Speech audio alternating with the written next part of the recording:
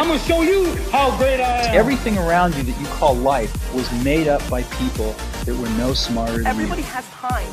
Stop watching Lost. I love what I do, and that's why I'm doing what I love.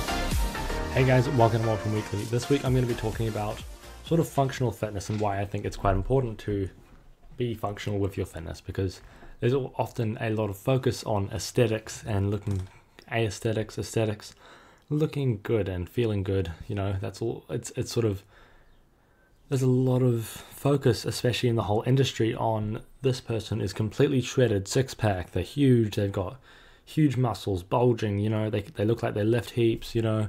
But there is something to be said for also functional fitness. I mean, there is also inherent benefits of being good, like being happy with your body and loving how you look. But I think you also have to balance that out with actually feeling good and being functional. Because I remember, this was probably a year ago, I was probably a year and a half into weightlifting, and probably 2.5 years in now, something like that. The thing was, I was lifting hard all the time and I was just going hard, but I started to get a lot of injuries. I started to get back pain, I started to get wrist pain, even knee pain, and I thought, like, I started to wonder if it was worth it. But recently I've been focusing on doing sort of things that, taking it slower in the gym and not going for that intensity mindset, because I think that intensity, hustle hard mindset is good in some places. But when it comes to places like the gym, I just don't think it's really necessary.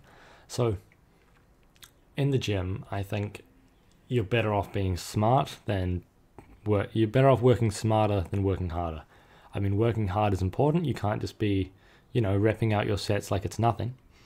But I really do think that you should be doing things that are beneficial to your general health. So for instance, I want to go over a few things. So like, to start off with cardio. I don't think going to the gym, because this is the trap that, not to be sexist or anything, this is the trap that a lot of girls get stuck into before they even think about weightlifting, because most boys don't want to go to the gym and do cardio. A few of them do, like they go and do it, but it's just not a thing that many dudes do. But there's a lot of girl culture where they go to the gym together and then they go on the cardio machines. Recently I was training two of my friends and they'd never really touched the weights because it's scary and they don't know how. Like, it's a very complicated thing, but once you learn, I think it's very beneficial. And that sort of made me realize most girls don't know how to use the weights, and they just see them as this complicated thing, so they can't see how it would benefit them, or they think they're just going to blow up in size and all of a sudden be this huge, you know, bull of a woman. But it's obviously not how it works. It's very, very hard to gain muscle as a woman. It is just quite a hard thing, but I don't think doing the cardio is functional at all, and I don't think it's really going to help you lose weight either. Because when it comes to losing weight, you need to be in a caloric deficit. And to be honest, if you have a normal appetite, like you eat like a normal person, but you just think you're a bit chubby or something, I think you're better off weightlifting and just controlling your calories. But to be honest, like if I had it my way, I would have everyone in the whole world doing some sort of weightlifting.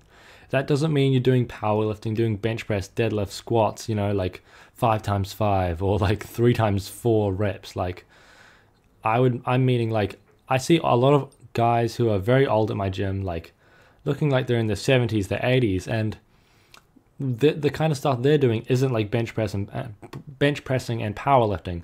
But what they're doing is stuff just to keep their core strong and keep their muscles strong into their old age, especially just taking it super slow and then just taking it really slow, but actually working the muscles in a way that they don't normally get worked. And I think that's very, very useful, especially if you're older or if you sort of have quite a few issues. Like for myself, I think weightlifting is the perfect sport for me, because whenever I'm in the gym, I control every single aspect, and I think that is the beauty of it. Because in other sports, say for instance, I've been trying out a bit of kayaking. It's good, but you cannot control every aspect in kayaking. You have to be sitting and you have to basically be rowing. And the issue with that is it's decent cardio, but say if you have low back issues like me, and that sort of diminishes the, you know, the return from the cardio that you get from kayaking. Maybe I can go for a run instead. But the thing about cardio is there have been a lot of studies that have been done that show high intensity interval training to really increase your cardiovascular function and train your cardiovascular function a lot better than doing a 40-minute run. Because I used to do a lot of distance running back in the day, but I'm not sure if I'm ever going to go back to it. I used to think, oh, I'm going to be a distance runner for my whole life. I'm going to run half marathons. It's good, and I think for a normal person, maybe it's a great goal to run one half marathon. Or if it's a sport that you really, really love, then do it. And it's not going to kill you to do it. I think even ultra marathons, I don't think they're extremely healthy for you, but I think they're not bad for you. Maybe they're bad for your joints at the time, but I think training for that is insane, but I can see the benefits, and I know even the people in the sport know that it's probably not healthy for them, but they're still probably going to be healthier than the average person. So I think it's better they're doing it than not doing it. So like, basically, when it comes to weightlifting, the reason I like it so much is because you're strengthening the muscles. You control every aspect. If you don't like doing it one way, you can do it 8 other ways.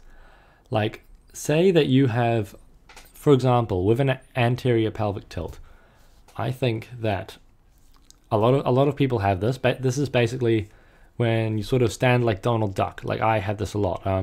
Basically where you stick your butt out and you have an arch in your back. Personally, the way that this happened to me was, since I was sitting a lot, the muscles that flex my hip and bring my hip into the center of my chest, bring my hip up, my hip joint, so bring my femur towards the center of my chest.